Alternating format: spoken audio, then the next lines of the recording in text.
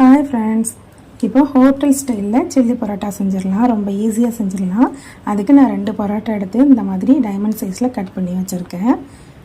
அப்புறமா ஒரு பல்லாரி வெங்காயம் எடுத்து அதையும் டைமண்ட் ஷேப்பில் கட் பண்ணி வச்சுக்கோங்க. இந்த மாதிரி ஒரு சின்ன கேப்சிகம் எடுத்திருக்கேன், அதையும் இந்த மாதிரி ஷேப்லேயே கட் பண்ணுங்கள். அப்புறமா ஒரு 5 பல் பூண்டு எடுத்து இந்த மாதிரி நீல வாக்கில் கட் பண்ணி வச்சுருக்கேன். ஒரு எனக்கு கருவேப்பிலை எடுத்து வச்சுருக்கேன். ஒரு 2 பச்சை மிளகா 2ஆக கட் பண்ணி வச்சுருக்கேன். இது வந்து சோயா சாஸ் எடுத்திருக்கேன். 1 table spoon soya sauce, 1 table spoon தண்ணி சேர்த்து மிக்ஸ் பண்ணி வச்சுருக்கேன். 1 table spoon tomato sauce, 1 table spoon chilli sauce, அப்புறமா சில்லி சிக்கன் 65 பவுடர் அது வந்து எடுத்து வச்சுருக்கேன். கடையில் உள்ளது தான் அது.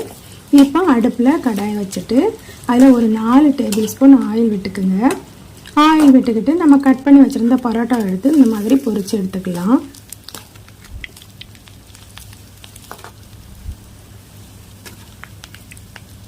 இந்த ஆயிலே நம்மளுக்கு பொரித்து எடுக்க போதுமானது.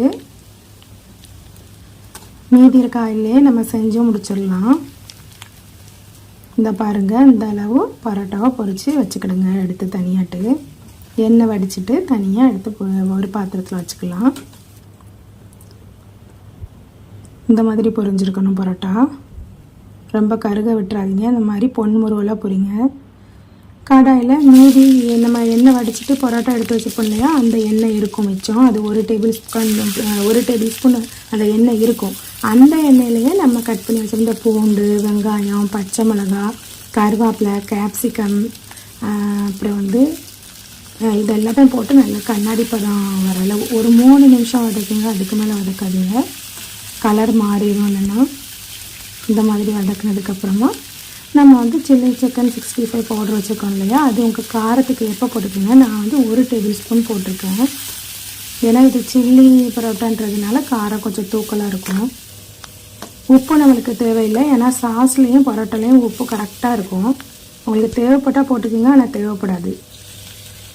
அப்புறமா இந்த கிளறி விட்டதுக்கப்புறமா நம்ம soya sauce, chilli sauce, tomato sauce எல்லாத்தையும் போட்டு நல்லா கிளறிக்கலாம்.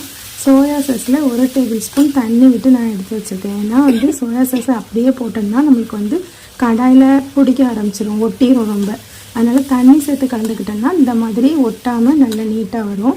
கலருக்காக லைட்டாக ஒரு பிஞ்ச் அளவு கலர் பொடி சேர்த்துருக்கேன், ஃபுட் கலரு. உங்களுக்கு தேவை இல்லைன்னா ஸ்கிப் பண்ணிக்கோங்க. இந்த மாதிரி கலந்து விட்டுக்குங்க. அடுப்பை சிம்மில் வச்சுக்கோங்க.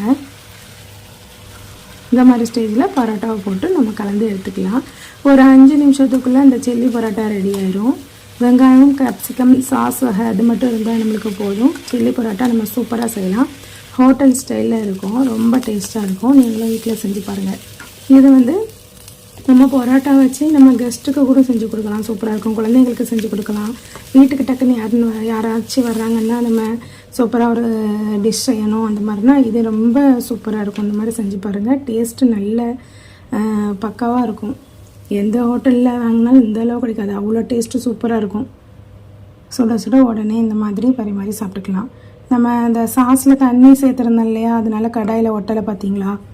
இந்த மாதிரி சில்லி பரோட்டா நீங்களும் செஞ்சு சாப்பிடுங்க.